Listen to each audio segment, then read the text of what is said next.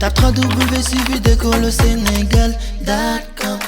À école au Sénégal, c'est facile, tu n'as qu'à te connecter. Tape école au Sénégal, les leçons sont beaucoup. Donc sans plus tarder, nous allons passer à l'ultrastructure du centrosome. Donc le centrosome, encore appelé diplosome, est spécifique à la cellule animale, c'est-à-dire on ne le retrouve que dans la cellule animale, mais à l'exception de certaines cellules végétales comme le gland. Il peut y avoir des cellules végétales qui présentent le centrosome, c'est l'exemple d'ailleurs de l'aiglette. Maintenant, le centrosome est situé à proximité du noyau et entouré par l'enveloppe nucléaire. Il est constitué de quoi? Il est constitué de deux centrioles perpendiculaires. Donc ici, vous pouvez voir les deux centrioles qui sont perpendiculaires. Et là, dans la figure 8, vous avez l'exemple d'un centriole. Qu'est-ce qui constitue un centriole? Un centriole est composé de 9 triplets de microtubules. Donc ici, vous avez le premier triplet de microtubules. Et ici, le deuxième triplet jusqu'au 9e triplet. Donc les 9 triplets de microtubules sont ici représentés là.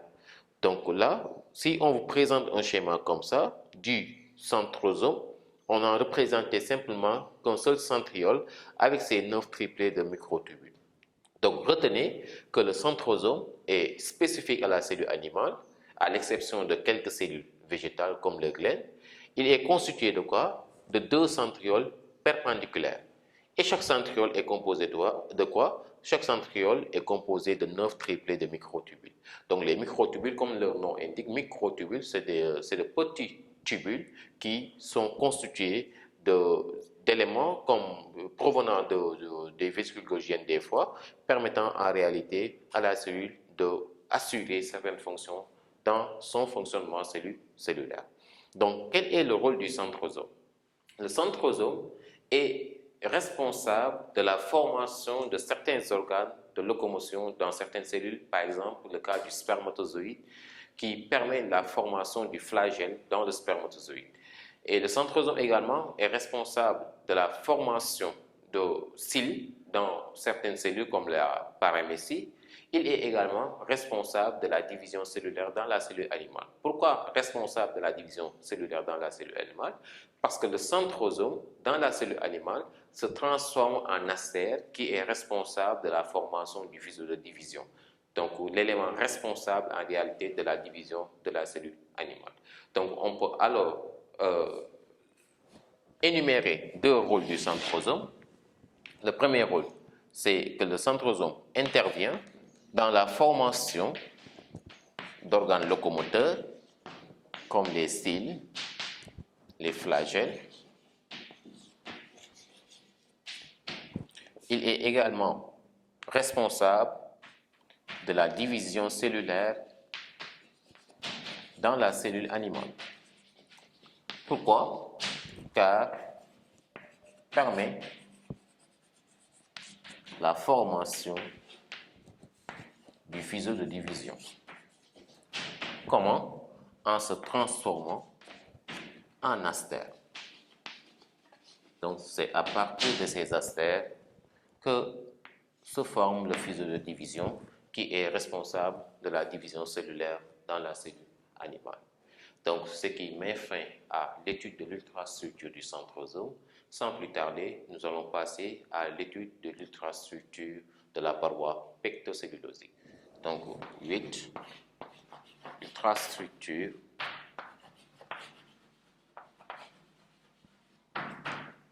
de la paroi pectocellulosique. Pour alors comprendre l'ultrastructure de la paroi pectocellulosique, nous allons étudier et commenter la figure 9. Donc, la figure 9 représente l'ultrastructure de la paroi pectocellulosique. La paroi pectocellulosique est composée de deux lamelles de cellulose en bleu, unies par une lamelle de pectique. Cette lamelle de pectique se liquéfie pour former le méa au niveau des angles. Et si vous regardez bien la paroi pectocellulosique, elle a une structure discontinue. Donc, la continuité disparaît au niveau des plasmodesmes. Et c'est à ce niveau, au niveau des plasmodesmes, que la cellule végétale doit entretenir des échanges avec son milieu extracellulaire. Et parmi ces échanges, nous avons l'échange d'eau, de substances dissoutes et de particules. Maintenant, sous la paroi pectocellulosique, nous avons la membrane cytoplasmique qui va délimiter un cytoplasme fondamental. Maintenant, vu sa composition, cette paroi pectocellulosique est rigide, ce qui alors donne la forme à la cellule végétale, mais aussi va permettre à la cellule végétale de pouvoir supporter la pression de l'eau. Nous savons bien que les végétaux utilisent une grande quantité d'eau pour leur survie. Donc la paroi pectocellulosique, ce qu'il faut retenir, c'est qu'elle est plutôt composée de deux lamelles de cellulose unies par une lamelle de pectine qui se liquéfie pour former au niveau des angles le méa. Et au niveau interne, nous avons la membrane cytoplasmique. Donc, vu sa disposition, la paroi pectocellulosique va donner à la cellule végétale sa forme, mais aussi va procurer la cellule végétale sa rigidité, lui permettant de pouvoir supporter la pression de l'eau dans la cellule végétale. Donc, à partir de là, les deux rôles de la paroi pectocellulosique compositée, c'est qu'il est responsable de la forme de la cellule végétale, mais aussi permet de protéger la cellule végétale contre la pression de l'eau. C'est ça l'ultrastructure de la paroi pectocellulosique. Donc en œuf, on va voir l'ultrastructure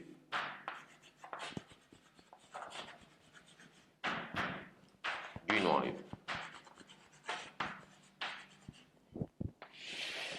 Et pour comprendre l'ultrastructure du noyau, nous allons alors commenter la figure 10. Donc la figure 10 représente l'ultrastructure du noyau.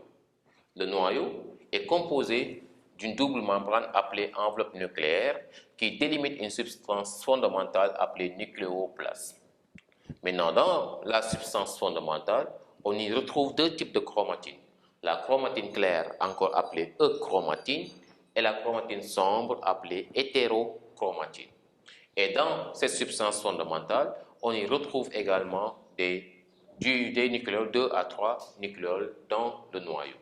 Et si vous regardez bien, le noyau est en parfaite communication avec le réticulum endoplasmique.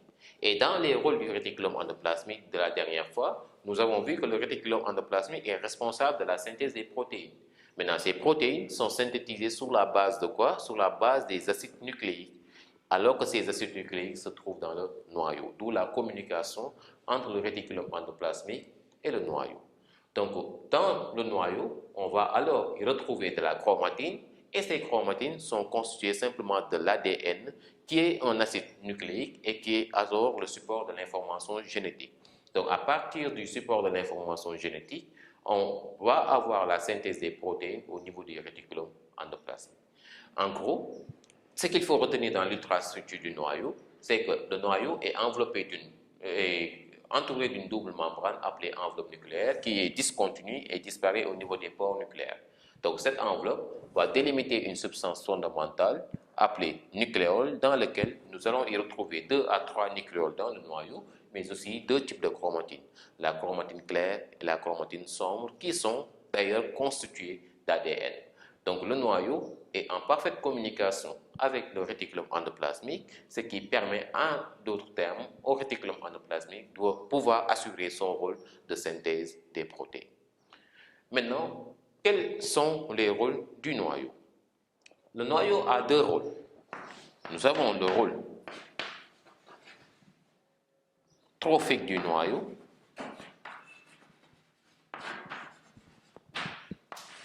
et le rôle génétique.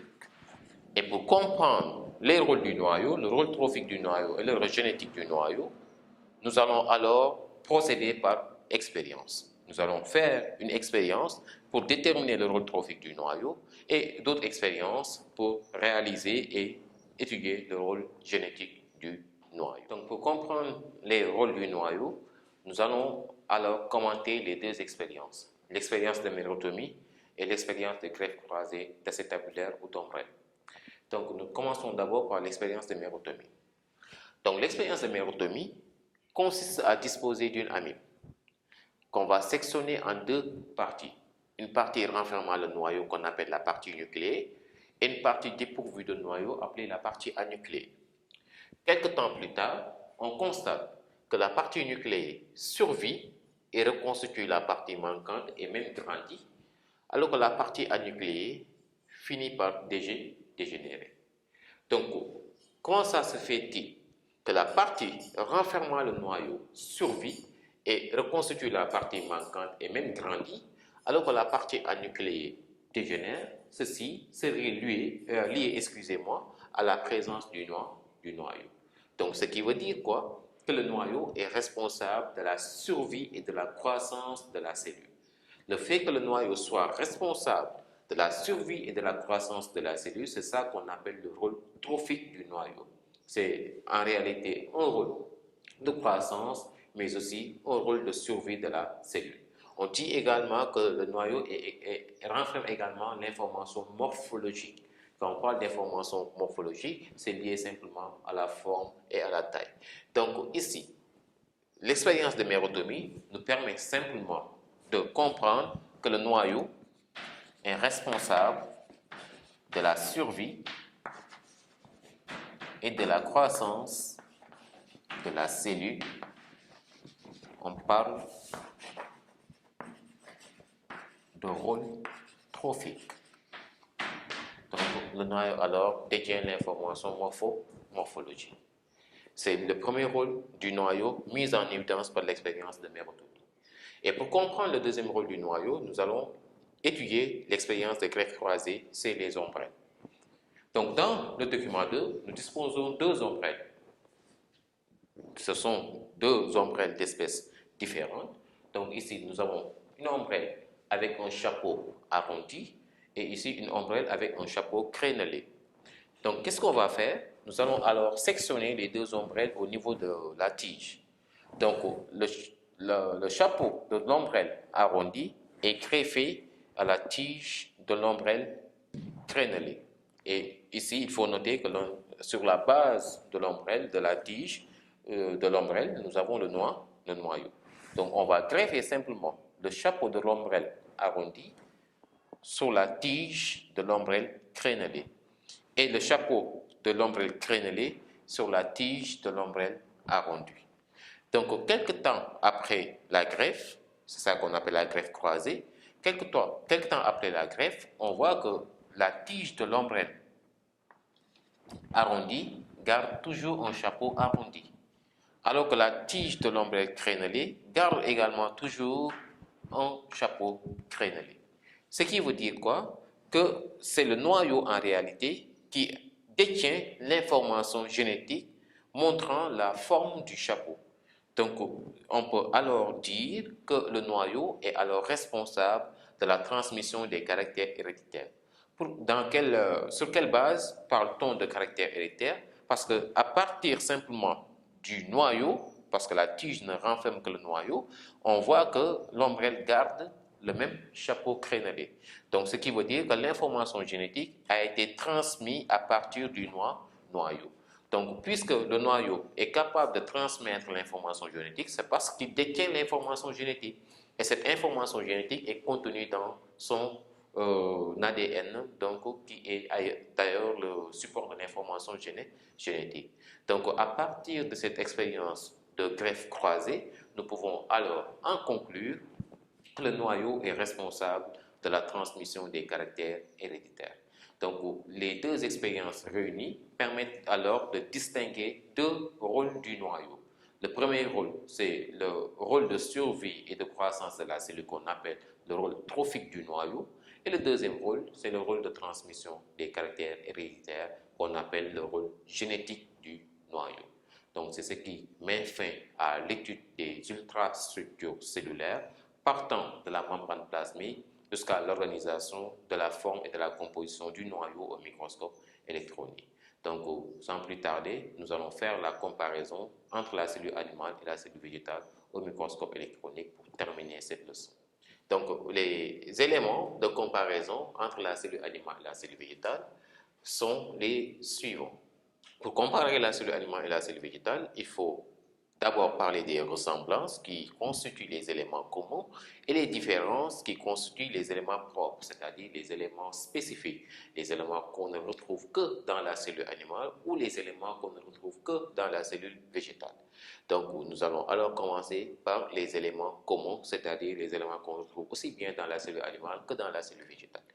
Donc, dans la cellule animale et dans la cellule végétale, on retrouve les éléments suivants: la membrane plasmique, le cytoplasme, le réticulum endoplasmique, l'appareil de Golgi, le noyau avec ses différents composants, le ribosome et la mitochondrie. Donc, ce sont des éléments qu'on retrouve dans la cellule animale et dans la cellule végétale. Par contre, dans la cellule animale, il existe des éléments spécifiques, c'est-à-dire des éléments qu'on ne retrouve que dans la cellule animale.